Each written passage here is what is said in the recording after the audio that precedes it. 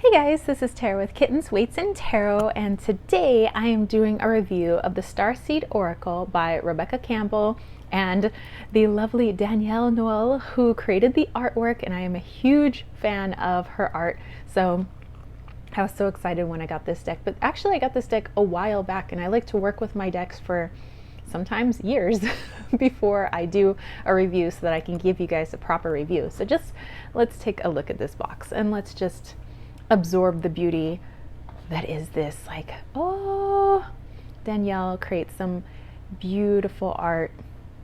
Oh my goodness. I do remember, this has been a while now, but I did get this on Amazon, so I'll put the link down below if you are interested, but obviously you can buy it straight from Hay House as well. So let's go ahead and dive into this, but before we do, the reason that I had gotten this deck is because I had gotten this originally. It was the Work Your Light Oracle cards, also by Rebecca Campbell and also by Danielle as well for the artwork. And so as you could tell, I just mostly just follow Danielle's artwork. Doesn't really depend who's creating the Oracle deck, although, you know, there are a lot of fabulous creators out there as well. So as a lover of art, I have a plethora of decks because I do love how different individualized art speaks to me and my intuition. Okay, so let's go ahead and take this off. Ha, ha, ha, ha, ha. And then we look in here, and it says, your heart is a portal, and that is so true.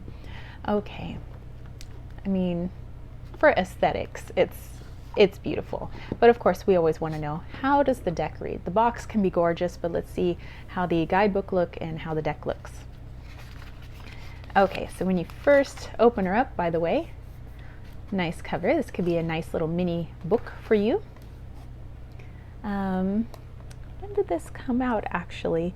It was 2020, but I believe it was the early part of 2020. That's right. I had the Work Your Light Oracle first, and then I've had this one for over a year now. So anyway, here's our table of contents.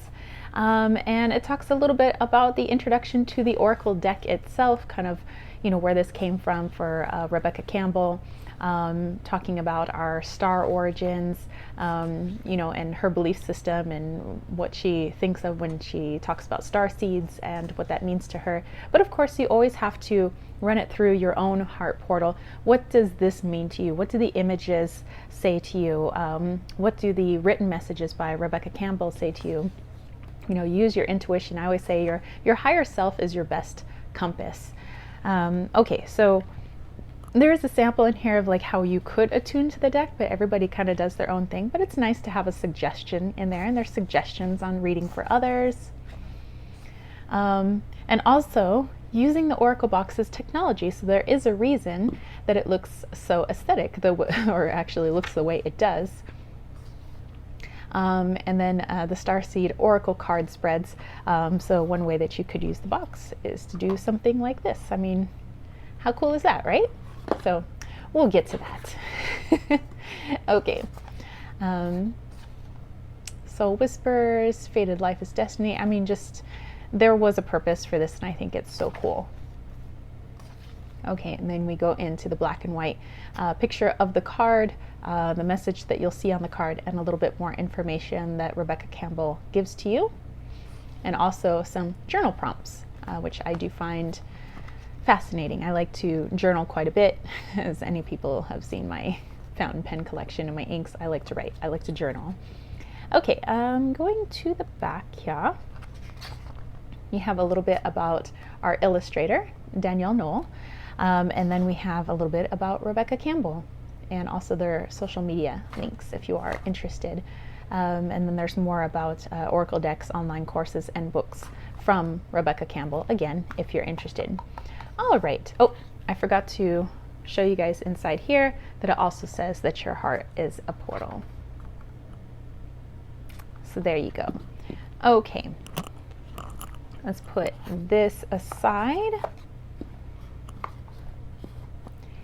And let's take a look at the cards. So, I don't know if there are many people that read reversals and oracle cards, but you could. And I love Danielle's use of color and dimension and geometry, just so beautiful. Anyway, the cardstock itself is a nice matte finish, so the cards do shuffle very well, whether you're a riffle shuffler or a side shuffler. I don't feel that they've ever stuck together. It's like a dream. But of course there is some sort of coating on here. It's just hard to see because it's such a matte finish. But anyway, the Oracle card size themselves, let's see if I have an actual tarot deck. I have one that is similar to a tarot, just so you guys can kind of take a look at the size here. This is your standard tarot size, just so you can get a feel what the card's size looks like. So you can see it's a bit taller and a lot wider than your standard tarot size. It doesn't really bother me, not that I have huge hands or anything, but I am 5'8", so I don't have tiny hands. But anyway, let's take a look at these beautiful cards. So I forgot to mention that the cardstock themselves, I think, is somewhere around the 300 GSM range. So it is flexible, but it is a substantial type cardstock. And anyway, we'll have beautiful images like this from Danielle, and then down here we have Rebecca Campbell's messages that go along with it. So you'll have kind of what this is, and then some keywords or phrases that go along with it. But of course, I always encourage people to use your intuition. Trust what your gut is telling you. So maybe what's said down here doesn't necessarily connect with you, but something in the image is popping out to you and you're like, oh wait, this means this to me. I always say, hey, go with that. Go with your gut.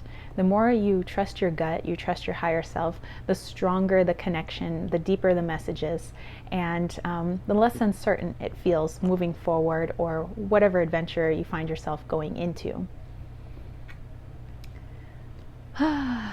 But all these beautiful like tarot decks and oracle decks I have, I think it's just because, like I've said before, I'm a connoisseur of art.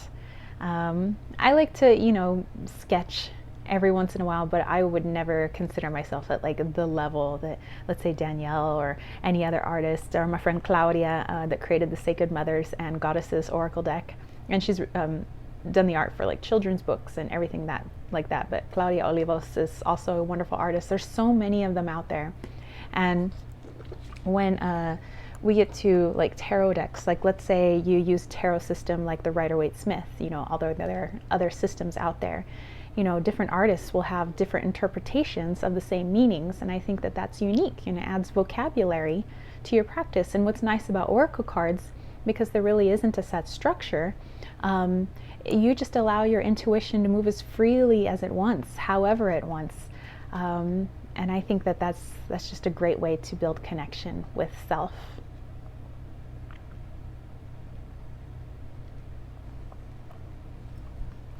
I think there's been a couple of books or more, you know, that Danielle Noel has lent her artistic skills to, and it's like I just want to buy everything up and gobble up everything that she creates, because it's so like the colors, the mixed media, it's just beautiful. So high vibe.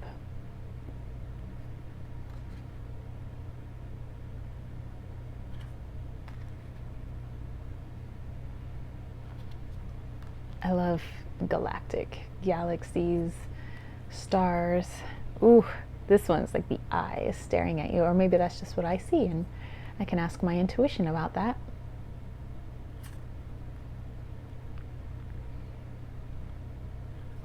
If you wish to pause on any one of the cards, feel free to do so and just kind of soak it in. My purpose is never to tell people, oh, you need to go out and buy this and buy this. More, I just want to share the art that's out there.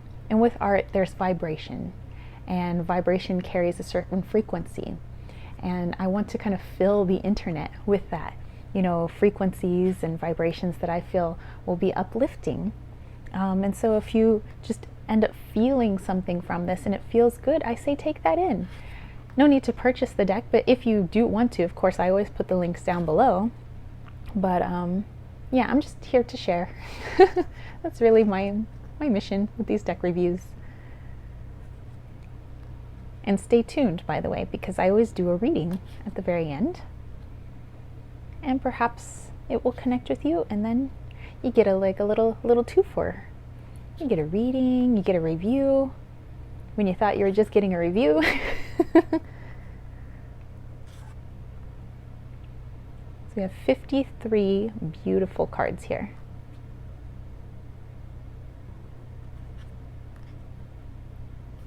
Oops.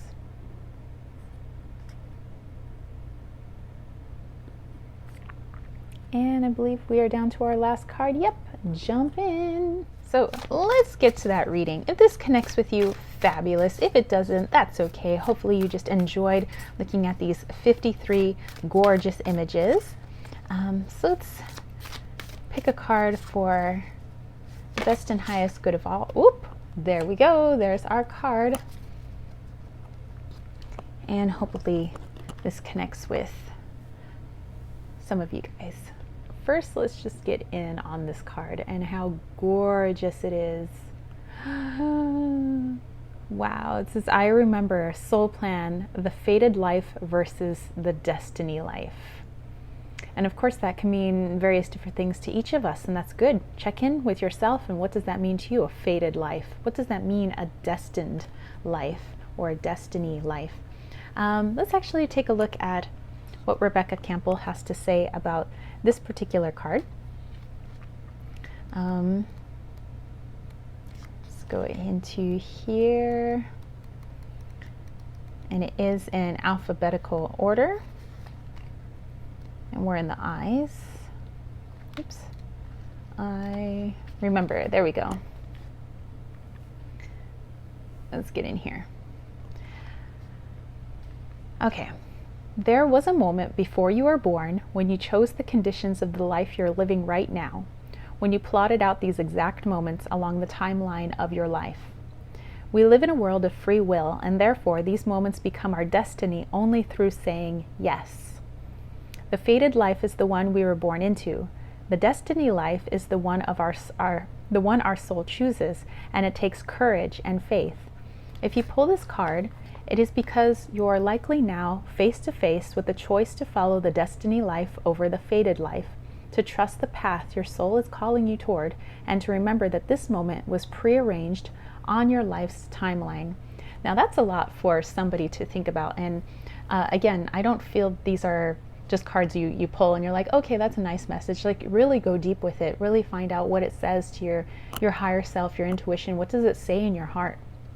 And the question that we have down here, something that you could journal possibly today: what are you being called to do to surrender to your soul's plan? Okay, so I hope that made sense to some of you guys out there. Oftentimes when the guidebook has some really juicy information, I like to read from the guidebook for you guys. But like I said, and when I'm doing my own personal readings, I might only jump into the guidebook if I'm going to do a bit of journaling with the prompt that was given. Otherwise, I always go with what my gut says first here. And for me, it's like almost like my higher self or source energy, you know, up here kind of looking into earthbound me. And, you know, the higher self up here can't tell me what to do because I have the free will, you know, so I kind of just float around making my own decisions. And so that's kind of like what came through to me. And then noticing that there's a star right where the heart is, and that's because the higher self is connected to the heart and of course the crown chakra and third eye. But you know, a lot of our decision making should be made through here, you know, I feel. And you know, we do see kind of an alignment of stars here, you know, to keep yourself in alignment.